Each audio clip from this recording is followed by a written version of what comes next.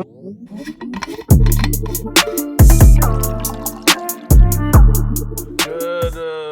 whatever it is. Good Wednesday. It's been Wednesday every single time since we started this thing. Every time. So good afternoon, everybody. Dr. Richard Alm here. I put us a little closer today too, so I thought you might. I like it. Yeah. I kind of like it. We had a talk last night. We do these community lecture series. If you guys have not come to those, they're pretty cool. Last night we had Jeff Binnick from Friendship Fitness, formerly Friendship CrossFit. Jeff and I have known each other for many, many years.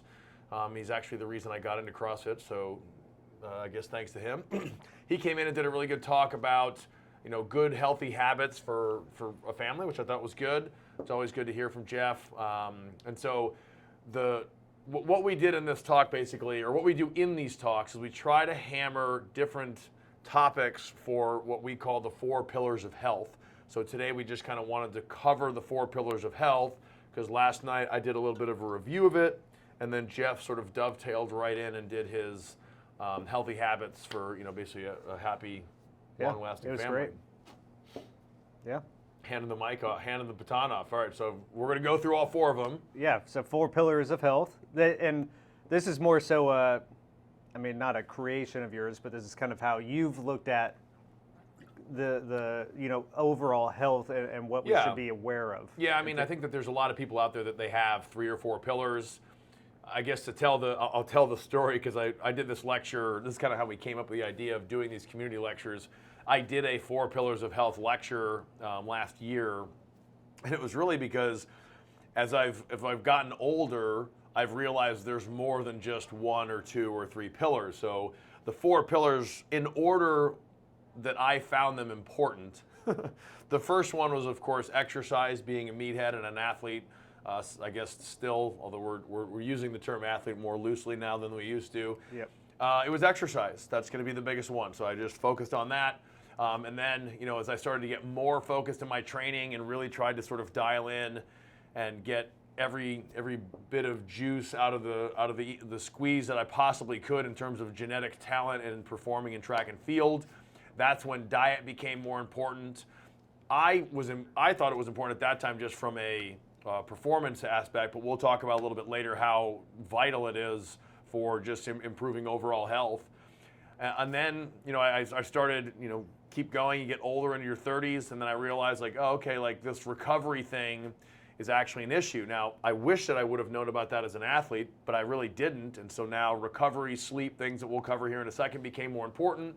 And then finally, you get, into your 40s and you start realizing that there's a little bit more chronic stress. It's not just like, I have a test coming up, or just very, very short, acute stresses. It's more of a chronic stress. You're worrying about your kids going to school or COVID or whatever. There's these bigger, longer stresses, and those just compound over time.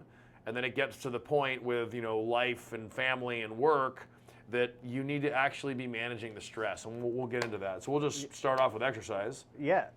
So with exercise, when we talk about exercise, we don't necessarily always mean you got to go do CrossFit 6-7 days a week. We may just be talking about general movement and health. So something that's more what we're talking about, yeah. Right. So something like going for prolonged walks, or just variety in movement, which we've talked about on some other podcasts or coffee chats. And the biggest thing throughout life is just going to have this variability in what you're doing. So yes, weight training is important. Yes, cardio is important, but can we change up what we're doing on a week by week, day by day basis to just really have this overall, what's the word I'm looking for? Overall expectation or approach? Or I'm going to say variety. Priority? Variety on what we're doing. But you want to think about it. You can have exercise, or just sort of which will broadly under that. You're going to then have participation in sports. You're going to have something that for health, and then you're going to have actual competing in sports. And those are 3 different categories, and there's 3 different expectations in those. What we're talking about is just exercise or movement for health. Now, there's a guy named James Fitzgerald who was one of the original kind of CrossFit guys, and he makes a very, very blunt but important distinction that if you're training for sport, you're not training for health. It's not actually healthy. I would wholeheartedly agree with that. That doesn't mean you shouldn't do it. I mean, I still enjoy doing it. But what we're talking about is exercising for health. And the way that I always think about it is you want movement or exercise, whatever it is, to be part of every day of your life. So that's not like, oh, I'm going to exercise 3 times this week. It's no, you're going to move 7 times this week. And move is like, just get out, go on a walk for 30 minutes. Yep. And hop on a bike. And we kind of talked about that in our early sports specialization chat, where we talk about kids anymore.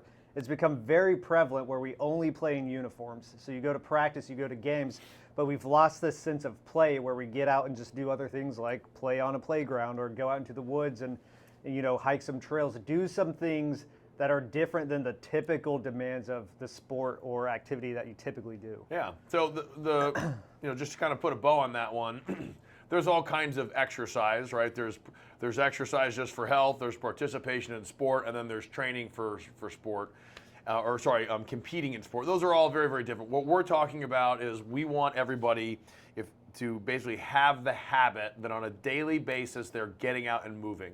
That could be a workout at CrossFit, that could be going and running 5 miles, that could just be taking your dog for a long walk and just sort of enjoying nature. That's all fine.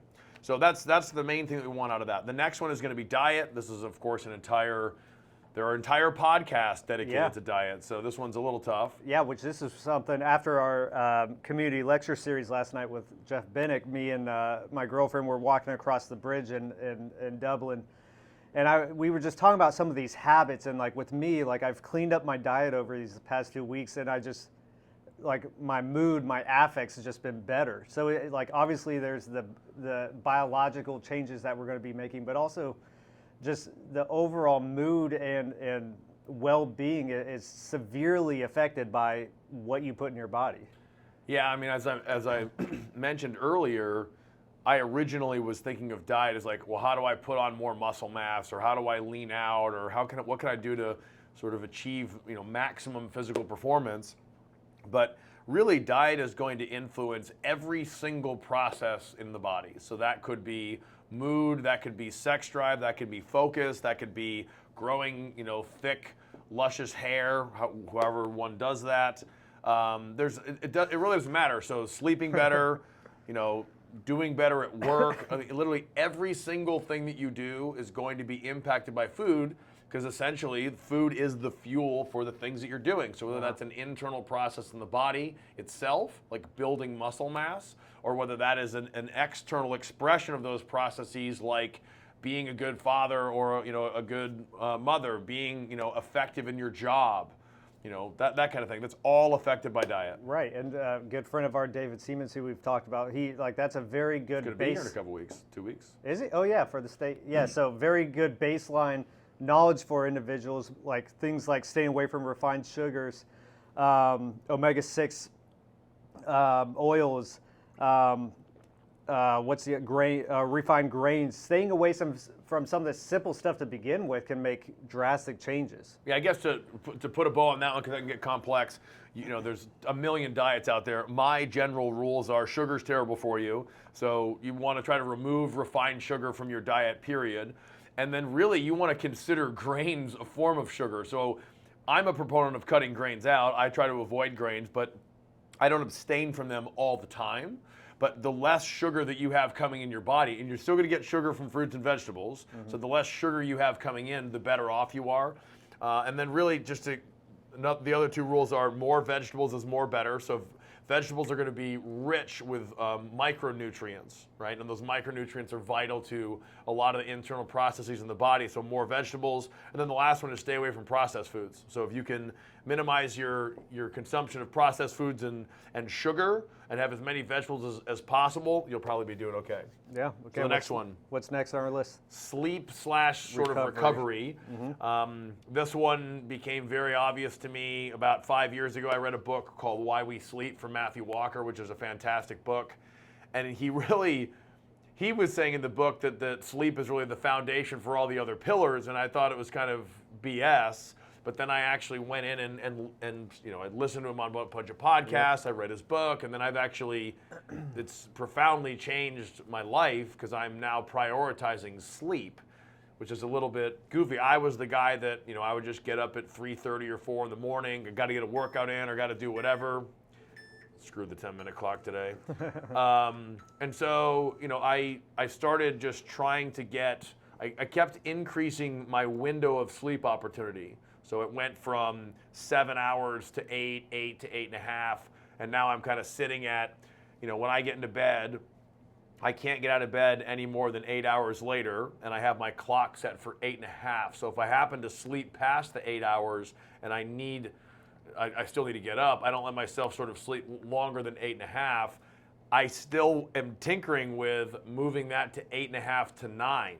So trying to experiment with that, which I know sounds crazy because everyone's like, oh, I don't have time for that. And there are cases, if you've got 3 little kids running around, that's very, very challenging. But if you can, and you can get more sleep, if that's 7 hours, 7.5 or 8, what ends up happening is you actually get more done in less time. And this is probably the most important thing, other than all the health things that we could get into in another podcast about sleep, you actually enjoy your life better. So you're a happier person. I mean, think about a night that you have like this amazing night of sleep and you get up the next day and like the whole day, you know, you're just having a great time and your interaction with people is all better and you're more productive at work, all from just one good night of sleep. So why not sort of prioritize that so that you can, you know, just have the better, healthier life? Yeah, and I think we're seeing a little bit of a sliding scale here in terms of as you age, some of these other categories or pillars are becoming more and more important. When I was 21 years old in college, I could have a late night bender and wake up the next morning and just get right at it. By bender, he means several drinks, I think is what he means by that. Yeah, adult beverage. That's why I said 21. Beverages, yes, yeah, you definitely when you're 21. But now, no way. Not a thing. No way. Okay, our last one, stress management. Again, there's a whole podcast dedicated to this. Yep. Stress management sort of reared its ugly head with me, you know, just, you know, in my late 30s and 40s, you know, you're working, you're trying to take care of a family and all that kind of stuff, and stress just sort of builds up. I think for a lot of people, then you slap COVID on there and that just sort of turns the stress dial, anxiety dial up, you know, 30% right there. And so stress to me stress management is a pillar because it has a strong influence on all the other pillars. So it's not the same as like, you know, recovery, diet, and exercise. And the reason I still have it in there as a pillar is because I think it's the insidious driver of dysfunction in the other 3. So there's lots of studies on if you're, you know, suffering from depression or you're stressed, well, guess what? You choose to eat worse foods, more sugar-dense foods. You're not eating as healthy. You're more likely to binge on processed foods and chips. You're more likely to drink. I mean, there's all kinds of things that can drive. You know, if you're stressed and depressed, it's going to be harder to get out of bed and actually get a workout in. You know, my body kind of hurts, I don't want to go, or I don't have time. You don't do that. And then, you know, if you're stressed, that we've all, well, maybe not everyone, I can't speak for everyone, but I've had many, many months where I'm literally sleeping with a notebook next to my bed because I'll wake up in the middle of the night and be like, oh my God, this happened. And I'll have to write down, oh, don't forget that, email this person and other ideas so that I can actually quiet my head and sleep. Yep. And for me, like my stress management is based on things like journaling, like you just talked about, using something. You don't happen to have a journal that I could. Do you have a published? Published. I am a published author. He is a published author. But using something like not published author to his left. Yeah, something like self-guided meditation, using something like a Headspace app. That's what I use, or just going for those long walks, setting habits like Jeff talked about last night, so that you're not reacting to the world. You're prepared for everything, because that's my biggest stressor is when I am not prepared for what's coming at me during the week. Yeah, I mean, I think some easy stress management things, he alluded to one earlier. One is play. So I have a tough time with this one because I enjoy a lot of what I do, which I feel fortunate about. But play is when you're just going in and just going to do something and there's no expectations. There's no standards you have to hit. You know, you might I'll do this where I just give myself 1 hour or 2 hours and like, well, what are you doing? I'm just researching photography stuff, or I'm just gonna go, you know, go on a walk, like whatever it is, and it's just play. There's zero expectations. You have no rules and just kind of play around with that. That's a great way to sort of shut the brain off from like all of these rigid standards that you're always putting on yourself. He also mentioned meditation. We could talk about that at length. That's been a very, very big part of, you know, my life since 2017. That's another one that you can do, and there's lots of different calm headspace. I'm a big fan of Waking Up, which is an app from Sam Harris, which is really, really good. So that meditation, I guess we'll just go with play in that. Because you can use exercise and other things like that. The problem is, if you're using exercise as your stress reducer, but you have these crazy high standards on yourself, it can actually be a stress producer. So you just want to make sure that you know the intent behind the activity. Right. So we've gone, I think, tripled the amount of time that we normally go. Yeah. But just to well, review. that shows the importance of this is why these are the pillars of health. Each according- one of these there are dozens of podcasts dedicated to each one of these pillars. So again, in review, we've got diets, we've got exercise, we've got sort of recovery, sleep management, and then of course stress. So those are the 4 pillars right there. We always talk about these at our CCRC community lecture series. Maybe we'll start doing a little bit more on these topics if you guys are interested. So if you're interested in more on this, go ahead and comment below and we'll start adding these in here on these normally 10 minutes, not today coffee chats. Yeah. Otherwise, have a good one, guys. We'll see you guys next week. See ya.